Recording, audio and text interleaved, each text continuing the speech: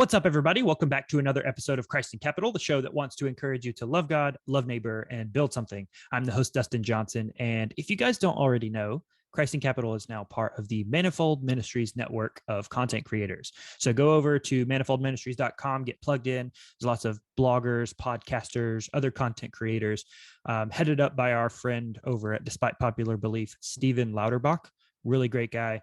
Lots of cool stuff coming your way from that angle. So go get plugged in.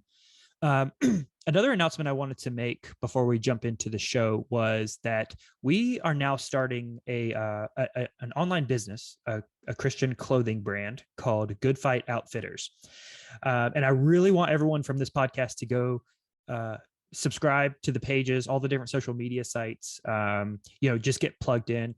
What we want to do with Good Fight Outfitters is, to set the stage, if you go to Google and you type in Christian t-shirt, Christian graphic tees or something like that, and you go to images, what you're going to get is these nice, pretty little shirts that have a Bible verse across the chest. And it's going to be an inspirational verse about how you can be a better you. And it's going to be about how you can do all things through Christ who strengthens you. And all these different inspirational verses, which are great. Awesome. Right. We want to go the opposite direction of that. We want to highlight the concepts and verses of Scripture. Nathan showing me you're already it's true. Validating whether or not I'm telling the truth or not. It's true. Okay. Confirmed.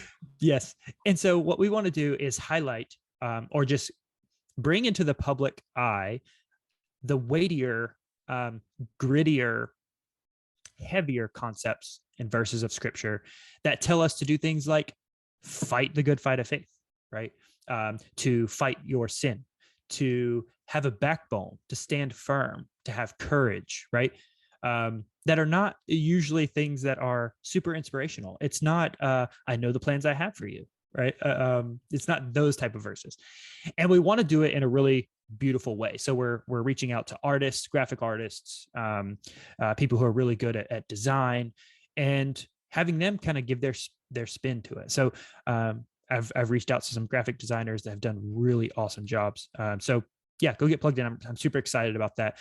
I don't know who I told. I might have mentioned this on the podcast before, but I told someone, maybe it was just myself. Maybe I'm just thinking, I was just saying it to myself, but I wanted to bring you guys along on the journey of starting this thing, because I think it fits well in with the Christ in Capital concept, just highlighting, what it takes to start something like this. And let me tell you, it is imperative. It is super important. It is essential that you lay down your mission and your vision first. Whenever I got this idea, I started making all these decisions in silos. I started saying, okay, well, here's a website. This looks really cool from a website perspective. Over here, this looks really cool from a design perspective. In the clothing space, these blanks look really cool. I like these. And so on, in silos. And then when you go and you try to put all the things together, and you're like, this doesn't make any sense. Like, it doesn't make sense. This design doesn't fit with this website, and this, these blanks don't match with what I'm trying to do with the brand. So if you're going to do something like this, I'm going to encourage you. Very first thing you do is set out your vision and your mission. You will spare yourself headaches, and it will set the groundwork for every decision that you're going to make from there on out. So do that first. Lay your foundations. Know why you're doing what you're doing, and what the decision that you make have to fit into, what message that they have to fit into. And so I think that's super important. And it kind of leads into what we're going to be talking about today with David Bahnsen's book, No Free Lunch, talking about foundations, axioms, how do we reason about what we're doing, all those sorts of things. But let's dive into the episode. I thought a good way to start would be to ask Nathan, who is with us today, and it feels like it's been forever. So Nathan, can you give the audience, because I know we haven't addressed this in a while, can you give the audience an understanding of what you're doing in school, not from a teaching perspective, but from your own schooling perspective? Yeah, so I'm getting my PhD in humanities from Faulkner University's Great Books College. Now, some people might wonder, what are the great books and why would you be doing that? So basically, the idea is that Western civilization has been shaped by lots of things, but one of the things that shaped Western civilization is the philosophy, history, literature of great authors of the past. And so, the great books will go all the way back to like the Greek philosophers, all the way through till the 20th century. And of course, you can imagine that there's a lot of debate about what would be considered a great book, but the idea would be obviously excellence in terms of its ideas and its writing, wisdom, influence on later writers and thinkers. But you could think more practically. We might really respect, say, the founding fathers, right? Or some of the statesmen of the past, or some of the founders of the economic theories that we really like. Yep. But we don't recognize that the only reason why those were great thinkers and statesmen was because they had read all of these books that we've given up reading. So Okay. you don't get the economic theory of Adam Smith or Milton Friedman unless you get the philosophy of ancient Greece, right? Like you don't get the Constitution without the Enlightenment thinkers, but the Enlightenment thinkers didn't get their ideas without Christianity and the philosophy of the Greeks, things like that. So basically the idea is, up until like the 19th century, to get an education was to be kind of conversant in the great conversation of Western society. And we kind of lost that. Yep. But because of that, a lot of the conversations that we're having now have no intellectual foundation. Right. They're not intellectually coherent because nobody has bothered to read all of the stuff that you need to in order to have a conversation that makes any sense. Yeah. So I'm kind of wanting to go back and do kind of the old style way of doing education so that I can actually have something to say that's worthwhile. Awesome. Yeah. Yeah. And one of the big reasons I think I asked you that because I think it's been a while since we've talked about that, and some newer members of our audience or newer listeners may not know kind of your backstory. So you're actually you're a teacher, but you also are continuing your own education. Yeah, and so I thought that was important. But I also wanted to ask you if, as part of your curriculum, if Das Kapital is one of your great books that you have to read. No? Yes? No? Well, I read some of it. I didn't have to read the whole thing. Okay. Which was probably nice. I mean, it's important to read, but yeah, it's also, Marx is not fun to read. Yeah, I know. It's I think that's a good segue because Das Kapital into a little summary of this Build Back Better plan and the 1.75 trillion. It's not the reconciliation bill; it's the pared down from 3 billion to, or 3 trillion to 1.75 trillion. But I wanted to highlight these bullet points. You'll see where I'm going in just a minute. Okay, so in this thing that is being signed, or I guess has it? I think it was signed by the House. It passed the House. It passed the House. Yeah. Yep. Okay. One bullet point. 9 billion goes to higher learning institutions for, quote, qualified environmental justice programs to make sure that universities perpetuate the left's green agenda. So the person who wrote this is from National Review. So there's going to be a little bit of a conservative spin on it, but I think it's funny. Anyways, 3 billion in, quote, climate justice block grants that go into projects in disadvantaged communities. The criteria for grants is based not on efficacy, but on the race of the project sponsors. 85 million for studying the risks of climate change for, quote, pregnant, lactating, or postpartum individuals. It is unclear exactly what dangers pregnant individuals are now facing from climate change that could not be remediated with more air conditioning. 3.5 billion for ports to purchase zero emission equipment, but no money to actually fix broken supply chains in which ports are at a bottleneck. There's some other ones in here that I thought were funny. One of them, 5 million to save, quote, desert fish. And yes, there is a Desert Fish Council. Did you know that, Nathan? No, I had no idea. I didn't know Desert Fish Council. And then the last one was 150 to 250 million dollars as tax credits to local news organizations. Why does the government have anything to do with news organizations, the information systems of our country? That's a huge issue. That's one of my biggest issues. I think that's at the root of a lot of our issues, actually.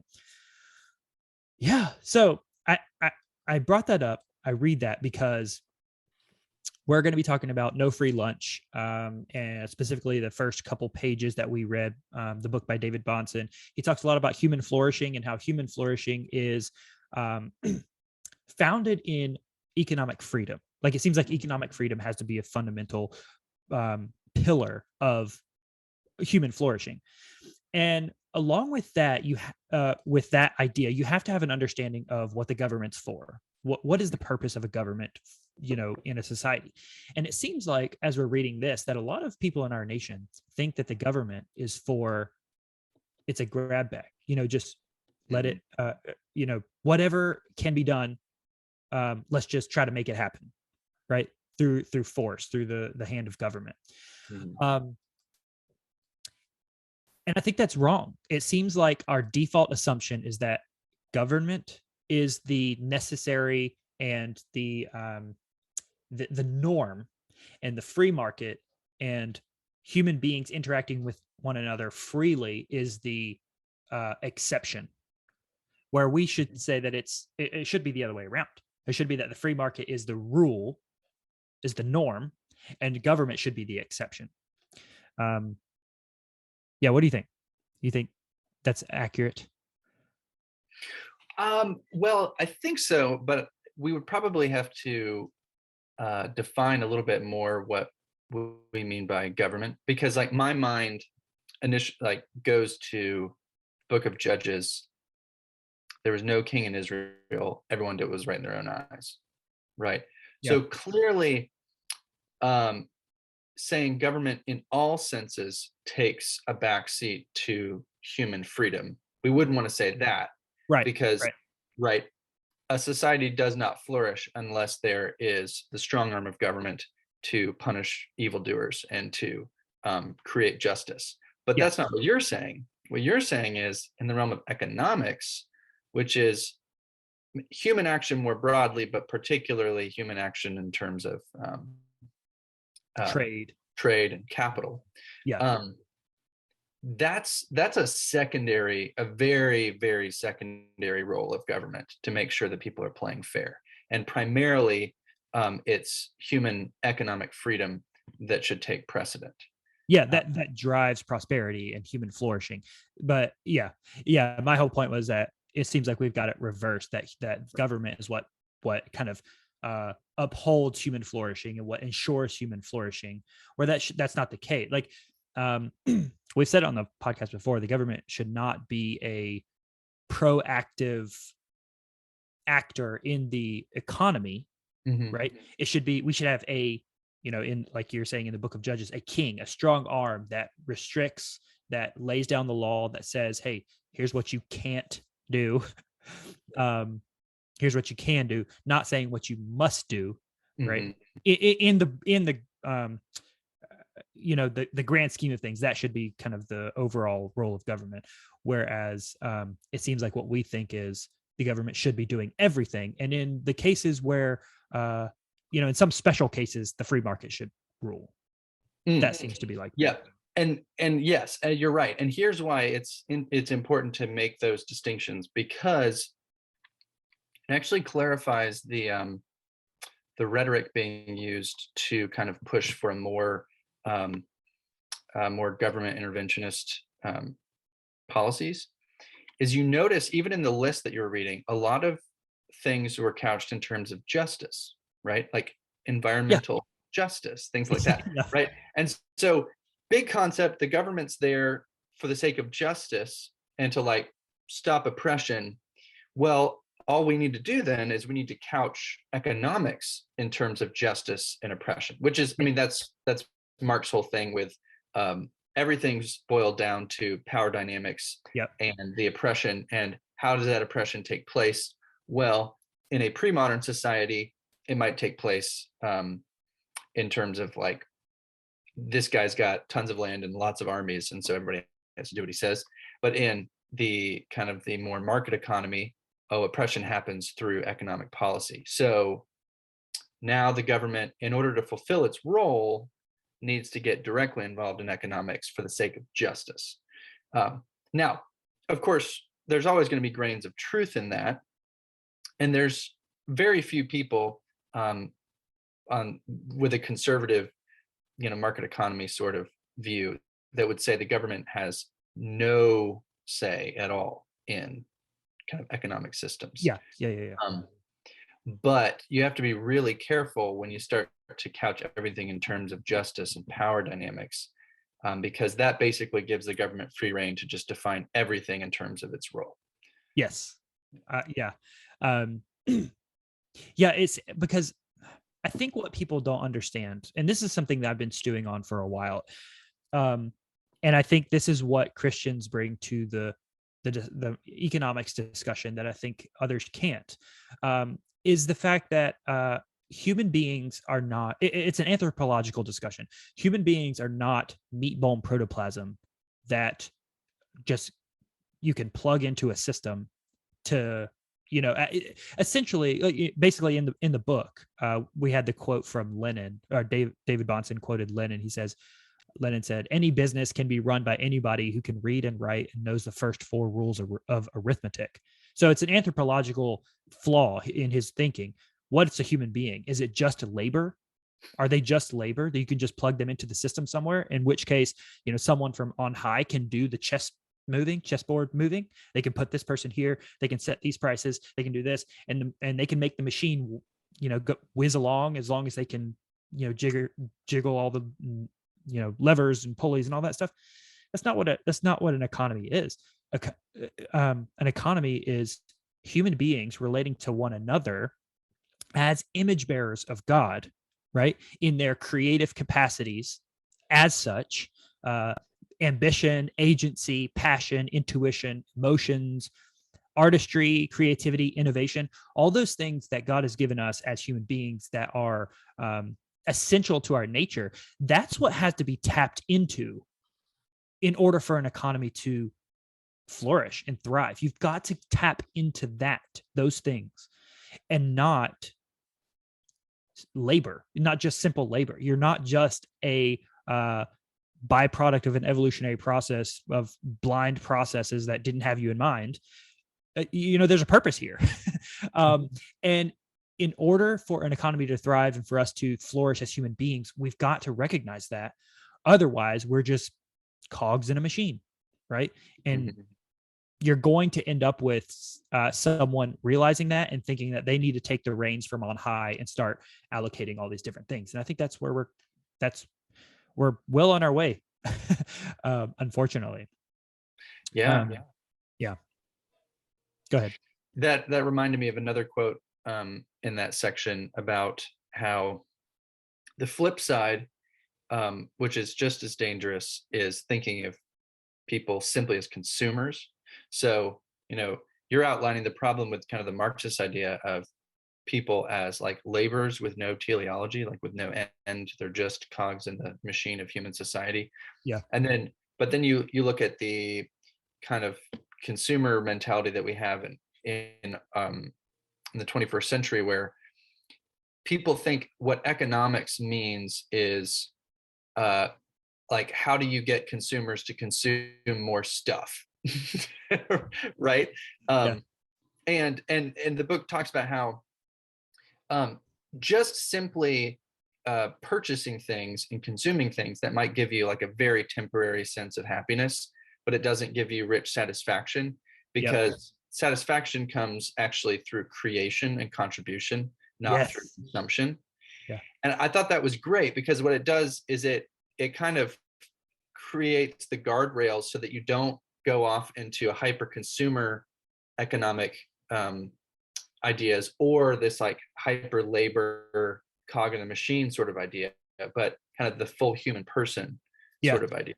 Yeah. It's a good, that's a good segue because it, and I think that quote was from Mises, I Yeah. think, Mhm. where, and I think that's a good segue because work. I think generally our society views work as a necessary evil, Mhm. whereas I think God has given us work as a um, it's an essential part of our human nature. It's essential to our being. We're meant to work before the fall, before Adam, and Eve ate of the fruit and they were cast out of the garden. They were workers. They worked. They Mhm. kept the grounds. Um, and I think that's essential to our being. I don't know if you have anything to say about that. You probably have a lot more in-depth theological input on that. Um, Well, it might be helpful to, maybe these aren't strict distinctions, but to make a distinction between work and labor. So, and you could probably define labor in two ways. So, labor you could define as kind of the toilsome work that everybody has to do because of the fall. So example, gardening. We were gardeners before the fall, but now there's going to be thorns, right? So like yep. the intrinsic work of cultivating the ground is good. It's cursed, which makes it harder, right? Yeah. So labor in that sense, or labor in kind of the Marxist sense, which is just basically there's no intrinsic value in the work itself. It's simply the stuff people have to do to keep society running. Yeah. And Which, no matter how you employ your labor, it's going to come to the same results, the same ends. And so therefore, the guy from on high can just, dictate who does what and who, um, yeah. right, exactly. But the idea of work carries with it intrinsic good, something that is worth doing, not simply for the ends, but also just for its own sake. And that's where satisfaction comes in. Now, of course, in our world, nobody is able to work in that sense all the time. Like sometimes you just have to get stuff done so you can put food on the table. Like everybody Yeah. understands that. And Right. there's a level of satisfaction in just knowing, like, I'm going to get a paycheck. I can feed my family. I'm providing for my I'm family. providing, right? Yeah. Like there's something good in that. But I think kind of the end of work is worship. And if the end of Okay. work is worship, then there is something deeply intrinsically satisfying in the work itself. Which, who talks that way when they're talking about economics? Um, Right. Right. and we need to, because if von Mises is right that economics is really about human action, then we need a rich anthropology, right? Yeah. We need, like what you were saying, we need a thoroughgoing philosophy of what it means to be human, and start from there, and not start simply with kind of these kind of mediocre ends like Marx does. Right. Right. Um, do you think so? I don't know if I've ever gotten your thoughts on this. What are your what I mean, what do you think about artificial intelligence? Where do you think that's going? What are your thoughts on that? Mm. Do you have any? I have very unformed thoughts, but I have lots of feelings. Um, Okay. so, like, okay, just a couple thoughts that I've had about AI. Um, One, I'm a little bit concerned about the kinds of work that AI might replace. Okay. So there are certain kinds of work that are dull and repetitive, um, that a lot of people are excited that AI is going to be able to take over those sorts of jobs. Uh-huh. And they think, oh, that's going to liberate people to do more interesting work. But the problem is that there is a certain level of um, IQ, kind of like below the 100 line, where these people can still work, and they actually, because of their low IQ, they find satisfaction in the repetition. Like the repetition is really helpful. Being Uh-huh. able to do like data entry or like pushing things Yeah. repeatedly, there's Yep. actually that is satisfying work for them. It is good work. And so there's an argument that's been made that, well, AI is going to take certain jobs, but then that will create other jobs. The problem is those are technologically advanced sort of jobs that would be created. And I'm not sure that people in that kind of IQ section would be able to do that. Yeah. Now, that's just pointing out a problem. It doesn't necessarily mean that there's a clear solution, like, oh, the government should get involved or something like that. Yeah. But I think there does need to be more thoughts on that. Mhm. Also, AI is interesting because you're trying to create something that then can do its own creating, right? So, Yeah. machine, I don't think so. But I mean, I know what you're saying, but I don't think that's gonna. yeah, and maybe not creating in the same human sense, but the idea of machine learning is that um, that the machine actually can start to do its Yeah. own Yeah. stuff, right? And there's weird things, about like bots that can write articles, news articles, and they're trying to uh, be able to create AI that can grade papers and stuff, um, so that teachers don't have to grade papers. And uh, and so some of it just seems motivated by the desire to create things so that we don't have to work, which to me doesn't seem super satisfying. Yeah. Yeah. Yeah. It's like if I ask this question to people a lot, is like if you could solve all of mankind's material needs and they didn't have to work, would they be happy? I don't think so. Mm. Um, we're meant to work. I mean, we have a mission from God, right? Yeah. And I don't think He will let us be happy until we realize that our place in that mission. Those are just my thoughts. But You yeah, get a great example of that, right? In so the kind of the upper class English nobility of the 20th century, uh, um, particularly early 20th century, there are all of these extremely wealthy English nobles, right, who don't work. yeah, And some of them end up taking that in good directions, and they become, like they try to get involved in society because they have free time. Um, but most of them become what P.G. Wodehouse calls drones, right? uh-huh, Uh, they're they're meaningless to society. They just basically they do nothing, right? And they're miserable. They're absolutely miserable. yeah, P.G. Wodehouse makes fun of them, but like if you read like Evelyn Waugh, he he he shows how they're miserable people. They have no work. They have nothing meaningful to do, and so they turn their whole life into a social life, and there's nothing to it, right?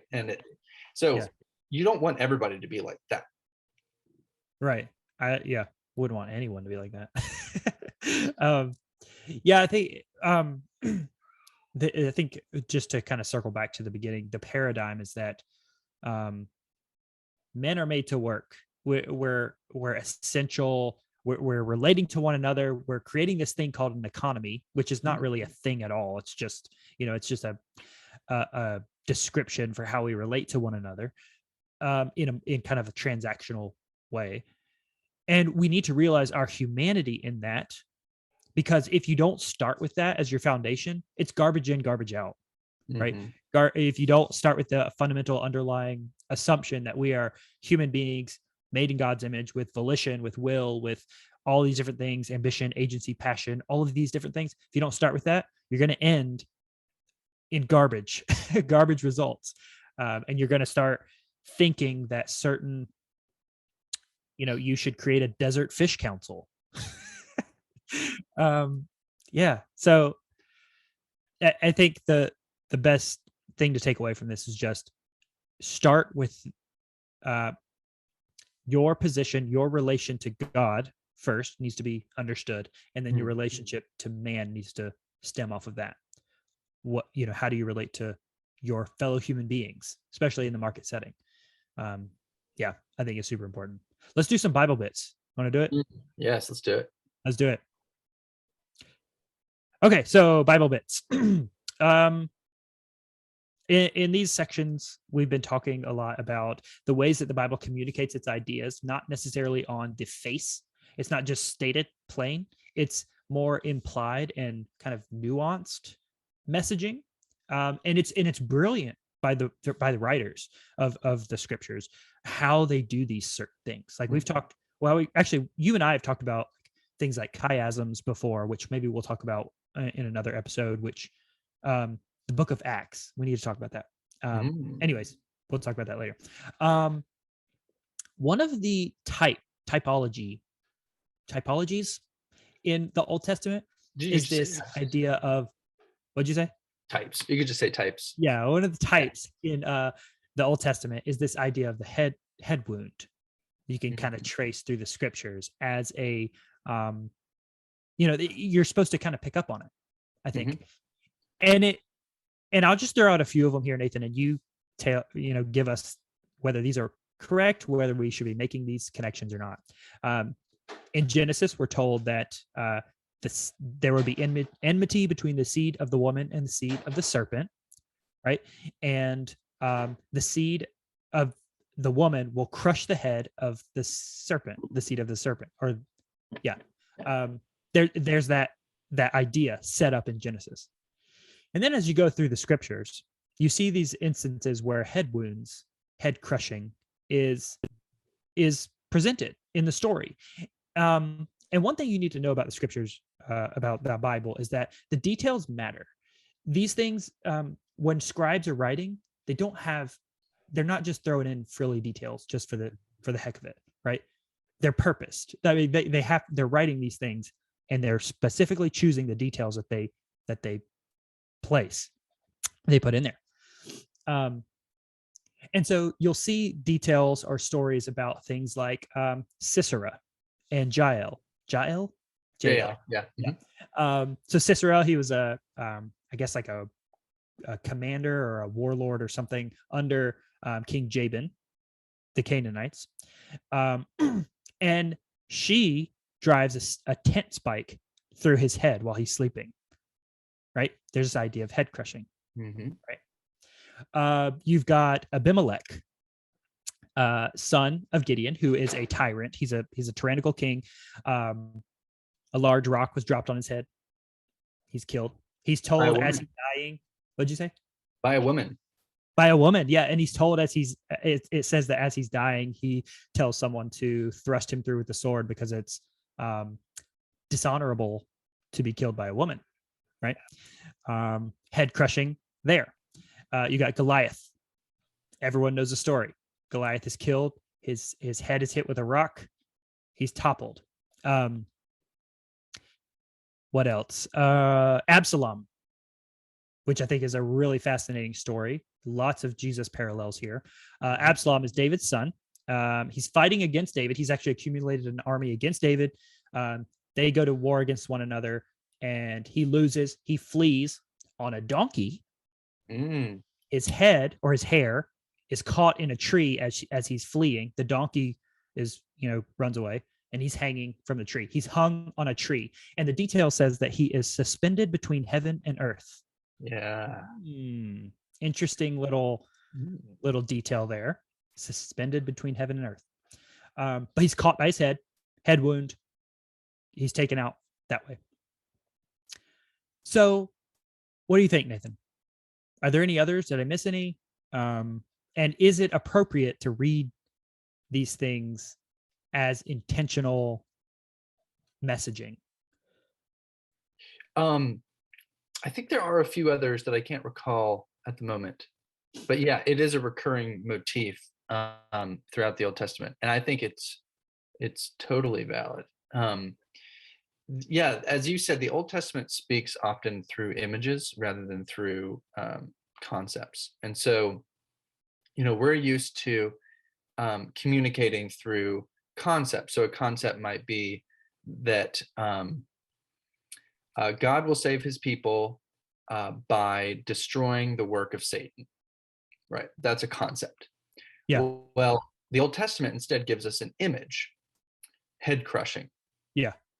I think in a lot of ways, the image is more powerful and it is more deeply rooted in what it means to be human because of the way that we're kind of connected with image and story. Yeah. Concept can kind of stay right here. Um, and so God communicates that image, which carries with it a whole host of concepts and recurring motifs throughout Scripture. So the head crushing thing, that's huge. The fact that there are innumerable stories of the history of Israel that could have been told. So Right. you have to ask the question, like, why this story and Mhm. why this detail, Yeah. right? So the fact that we actually have a detail of JL, spike through Sisera's head, right? Woman crushing the head of somebody who had been ruling over and tyrannizing um, the people of Israel who are called the sons of God, right? Yeah. So, yeah, I mean, clearly that's hearkening back to Genesis 3:15. Oh, I did think of one when the Ark of the Covenant has been captured by the Philistines, and it's in the Temple of Dagon, and then the Philistines go into the Temple of Dagon to like sacrifice to Dagon, and the statue of Dagon has fallen over and its head has come off. Ah, yes. Um, There's and I, also, sorry, just jumping yeah, real quick. Reading scripture this past however long we've been doing it. There's a detail in there about there's a town called Beth Dagon, which Beth means house House of of Dagon. Yeah. Dagon. Um, yeah, interesting. Okay, anyways, go ahead. Yeah. And so, uh, yeah, and so that shows that obviously God crushes the head of the gods of the other nations, and the gods of the other nations are kind of the manifestation of Satan and his kingdom. Mhm. Um, and that also foreshadows the idea of the woman being through the woman, Satan will be destroyed is a really important concept. Yeah. And it in one sense refers to Israel. Right? So Israel is called like God's wife. And but unfortunately, Israel's barren, Yeah. right? And you see that theme, like we could talk about that sometime, like the barren wife motif, right? Yeah. Israel is spiritually barren. Well, that's a problem because if the seed of the woman is going to crush the serpent, but the woman, i.e., Israel, is not having any legitimate children, then right, who's going to crush the serpent, right? Mhm. So then you get to the New Testament, Isaiah's prophecy, well, there's this virgin who's going to conceive and bear a son, right? And Mhm. so Mary becomes kind of, in that sense, the new Israel. Okay. She becomes the woman through whom the Messiah comes, the Messiah being the true seed of the woman who will crush the serpent's head, right? And he does that through his life, death, and resurrection. But then now the church becomes that woman. So Jesus obviously is the one who crushes the serpent, but the church is Christ's bride. And how is Jesus going about crushing the serpent in history? He's doing it through his church, right? That's awesome. So you get those multiple layers there. And can't you see that, like, wow, that image contains so many concepts that you can see why scripture speaks in images more than just speaking in Text. in Yeah. conceptual terms. Yeah. That's fascinating. I wonder if you could take that idea as well. And so I kind of made this connection. I don't know if it's accurate or not, but the idea that the cross was plunged into a mountain called the Place of the Skull. I hadn't thought about that. That's Yeah, interesting. it's like a tent spike in the shape of a cross. Yeah, I like that. Yeah, so just plunged right into the place into of the the skull. skull. Symbolic, yeah. But the Bible's just so awesome, the way that it does these things. And people get a little sketchy when you talk about the design of the Old Testament and how it's designed and laid out and things like that. I don't think people should be sketched out about that. We could talk about what inspiration means and all that kind of stuff, but just the brilliance of the scriptures and the way they communicate is just awesome.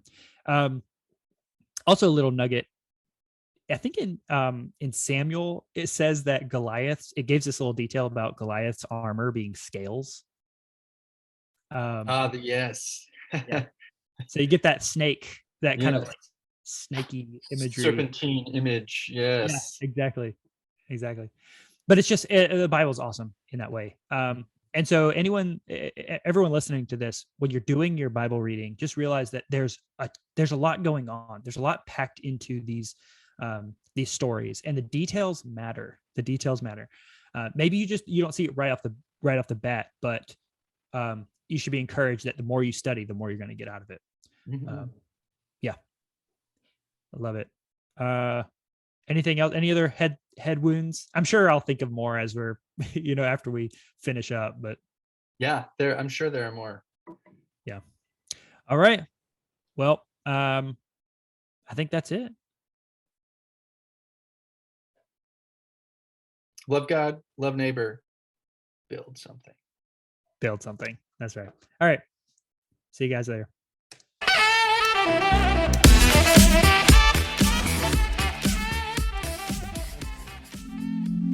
This has been a Manifold Ministries podcast. For more content, visit us at manifoldministries.com.